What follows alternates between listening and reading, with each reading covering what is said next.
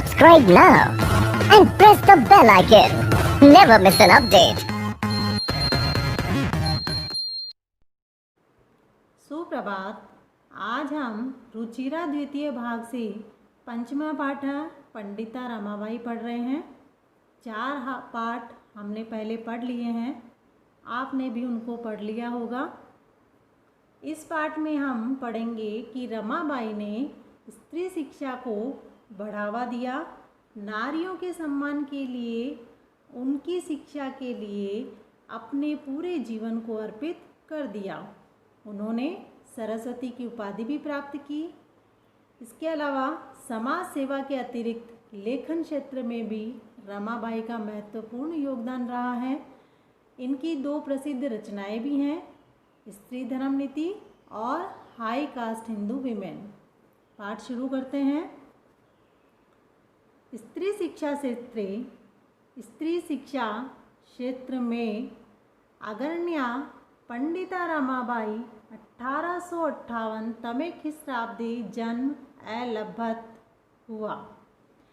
स्त्री शिक्षा में अग्रणी पंडिता रमाबाई का जन्म 1858 ईस्वी में हुआ।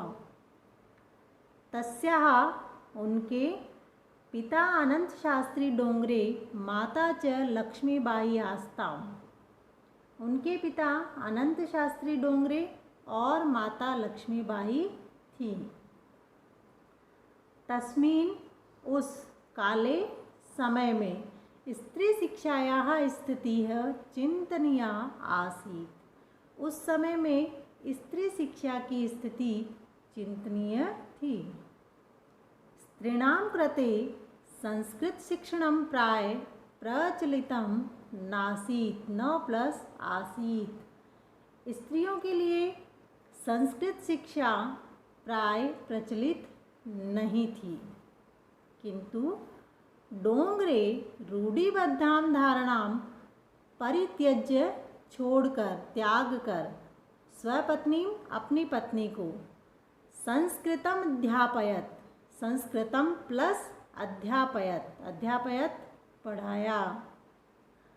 डोंगरे ने जकड़ी हुई रूढ़ियों की धारणा का परित्याग करके अपनी पत्नी को संस्कृत अध्ययन कराया, संस्कृत पढ़ाया। एतदर्थं सः समाजस्य, समाज की प्रताड़नाम् अपि असहत, सहन की। एतदर्थं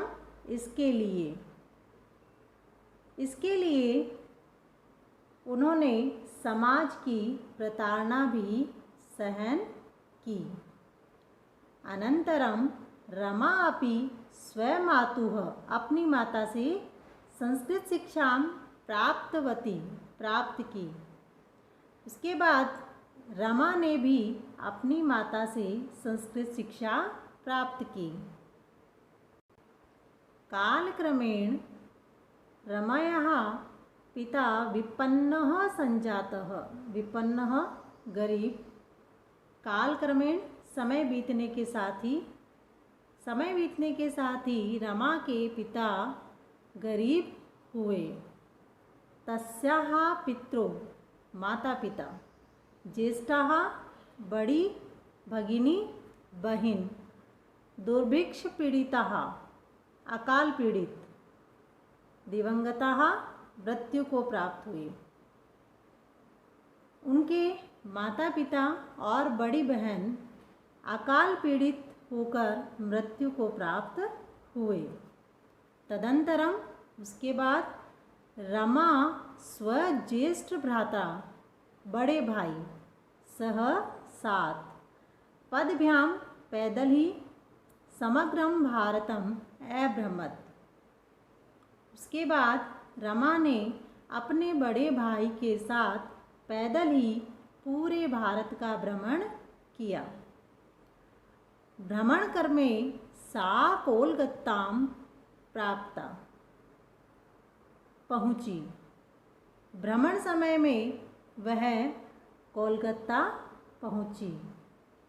संस्कृत वैदुष्येण, संस्कृत में विद्वता के कारण सा वह तत्र वहाँ पंडिता सरस्वती चेति उपाधिभ्यां विभूषिता।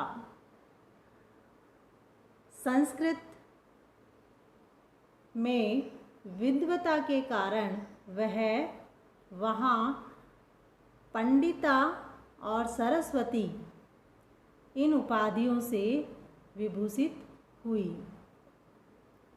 तत्रैव, तत्र प्लस एव, वहाँ ही सा ब्रह्म समाजेन प्रभाविता वेदाध्ययनम अकरोत्।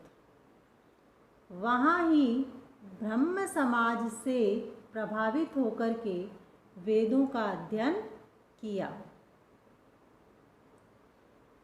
पश्चात सा स्त्रीणां कृते वेदादीनां शास्त्राणां शिक्षायै आंदोलनं प्रारंभ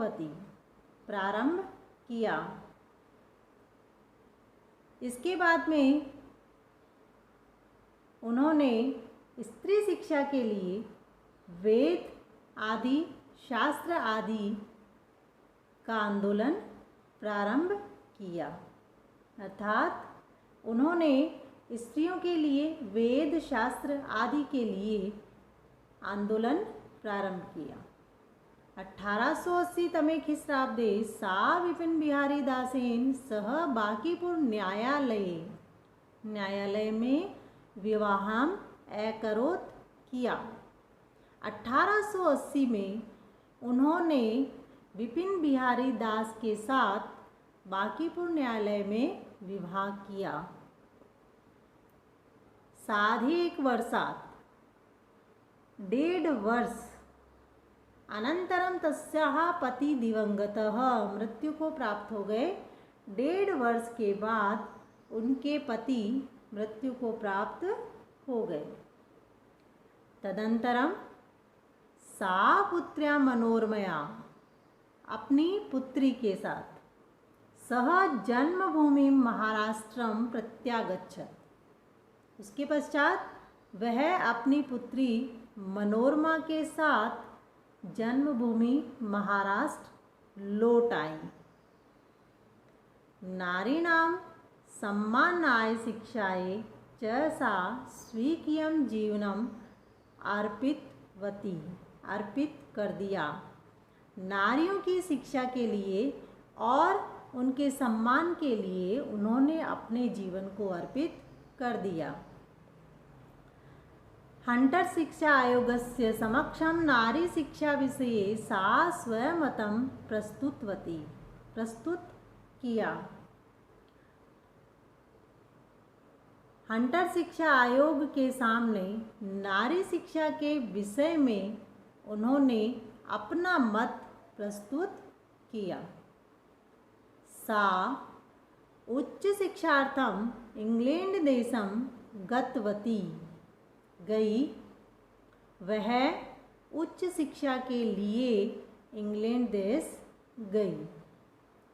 तत्र ईसाई धर्म के स्त्री विषय के है उत्तम विचारे है प्रभाविता जाता। वहाँ ईसाई धर्म के स्त्री के विषय में उत्तम विचारों से प्रभावित हुई। इंग्लैंड देशात् रमाबाई अमेरिका देशम अगच्छत, गई। इंग्लैंड देश से रमाबाई अमेरिका गई।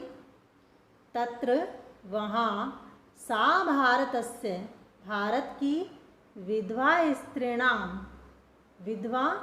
स्त्रियों की सहायता के लिए अर्थ संचयम धन एकत्र अकरोत् किया। वहाँ उन्होंने भारत की विधवा स्त्रियों के लिए सहायता के लिए अर्थ संचय धन एकत्र किया। भारतम प्रत्यागत्य लौटकर मुंबई नगरे सा शारदा सदनम स्थापित किया। भारत लौटकर मुंबई नगर में उन्होंने शारदा सदन स्थापित किया या शारदा सदन की स्थापना की। अस्मिन् आश्रमे, इस आश्रम में निस्सहायाः, जो लाचार स्त्रियां थी, निवसन्ति इसमें रहती थी। इस आश्रम में लाचार स्त्रियां रहती थी। तत्र स्त्रियः मुद्रण टंकण, मुद्रण छपाई, टंकन टाइप, काष्ठ कला आदिनाश्च, काष्ठ कला आदि, काष्ठ यानी लकड़ी, लकड़ी की कला आदि में प्रशिक्षणमपि, प्रशिक्षणम प्लस अपि प्रशिक्षण भी लभन्ते इसमें, वहाँ स्त्री या जो थी वो छपाई, टाइप, लकड़ी की कला आदि का प्रशिक्षण भी प्राप्त करती थी। परम इदं सदनं पुणे नगरे स्थानांतरितं जातम हुआ, परंतु यह सदन पुणे नगर में स्थानांतरित हुआ। ततः पुणे नगरस्य समीपे केडगांव स्थाने मुक्ति मिशन नाम संस्थानम तया स्थापितम्। तब वहाँ पुणे नगर के पास में केडगांव स्थान में मुक्ति मिशन नाम की संस्था की स्थापना की। अत्र वहाँ अधुना अब अपि भी निराश्रिताः, जो निराश्रित स्त्रियां हैं, दूसरों पर आश्रित हैं, स्त्रियः सम्मानं जीवनं यापयन्ति, वहाँ अब भी निराश्रित स्त्रियां ससम्मान जीवन यापन करती हैं। 1922 तमे ख्रीष्टाब्दे रमाबाई महोदयाः निधनम् अभवत्। 1922 ईस्वी में रमाबाई महोदया का निधन हुआ। सा देश विदेशानां अनेकासु भाषासु, भाषाओं में निपुणा आसीत्। वह देश विदेश की अनेक भाषाओं में निपुण थी। समाज सेवायाः अतिरिक्तं लेखन क्षेत्र में अपि भी तस्याः उनका महत्वपूर्णम् अवदानम्, योगदान अस्ति है। समाज सेवा के अतिरिक्त लेखन क्षेत्र में भी उनका महत्वपूर्ण योगदान है। स्त्री धर्म नीति, हाई कास्ट हिंदू विमेन इति तस्याः प्रसिद्धं रचनाद्वयं वर्तते। इन दो रचनाओं के नाम आप याद कर लेना, परीक्षा में पूछा जाता है। और जन्म तिथि और मृत्यु तिथि भी इनकी याद करनी है, परीक्षा में पूछी जा सकती हैं। स्त्री धर्म नीति, हाई कास्ट विमेन, ये इनकी प्रसिद्ध दो रचनाएं हैं। धन्यवाद।